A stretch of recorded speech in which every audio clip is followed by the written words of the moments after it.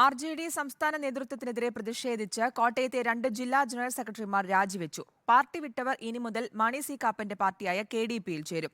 RJDയിൽ നടക്കുന്നത് one-man show ആണെന്നാണ് രാജിവെച്ചവരുടെ ആക്ഷേപം. RJD കോട്ടയം ജില്ലാ ജനറൽ സെക്രട്ടറിമാരായ PS കുര്യാക്കോസ്, അനിൽ അയർക്കുന്നം എന്നിവരാണ് പാർട്ടി വിട്ടത്. RJDയുടെ ശക്തി കേന്ദ്രങ്ങളായ വടകരയിലോ കോഴിക്കോടോ സീറ്റ് ചോദിച്ചു വാങ്ങുന്നതിൽ സംസ്ഥാന നേതൃത്വം പരാജയപ്പെട്ടു. പാർട്ടിയിൽ വൺമാൻ ഷോയാണ് നടക്കുന്നതെന്നും രാജിവെച്ചവർ ആരോപിച്ചു.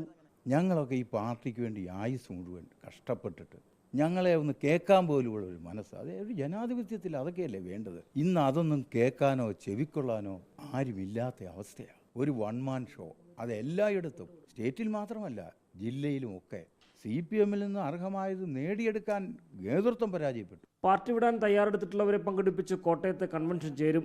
രാജിവെച്ചവർ ഇനി മുതൽ മാണി സി കാപ്പന്റെ പാർട്ടിയായ KDPയിൽ ചേർന്ന് പ്രവർത്തിക്കും. UDF സ്ഥാനാർത്ഥി ഫ്രാൻസിസ് ജോർജിനായി രംഗത്തിറങ്ങാനാണ് ഇവരുടെ തീരുമാനം. റിപ്പോർട്ടർ, കോട്ടയം.